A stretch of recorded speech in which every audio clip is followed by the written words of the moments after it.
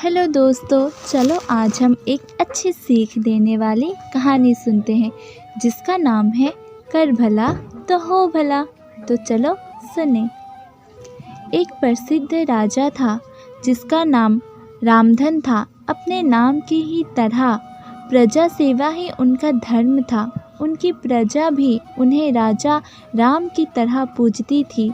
राजा रामधन सभी की निस्वार्थ भाव से सहायता करते थे, फिर चाहे वो उनके राज्य का प्रजा हो या अन्य किसी राज्य का। उनकी ख्याति सर्वत्र थी।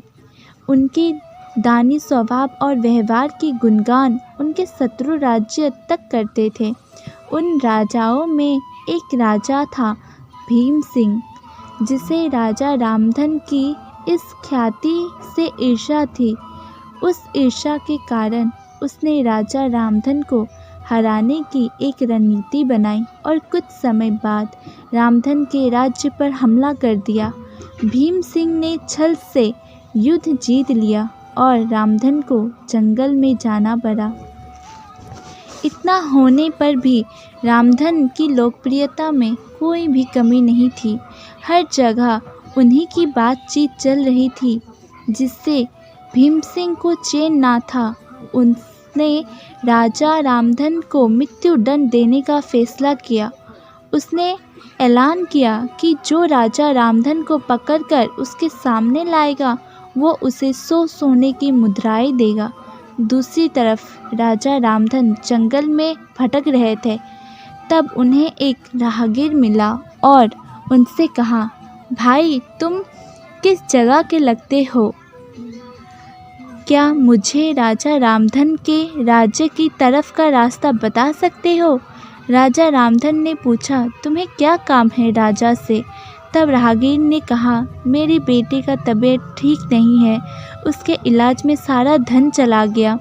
सुना है राजा रामधन सभी की मदद करते हैं, सोचा कि उनके पास जाऊं तो शायद वो मेरी भी मदद कर दे। यह सुनकर राजा रामधन राहगीर को अपने साथ लेकर भीम सिंह के पास पहुँचे। उन्हें देखकर दरबार में सभी लोग चकित हो गए।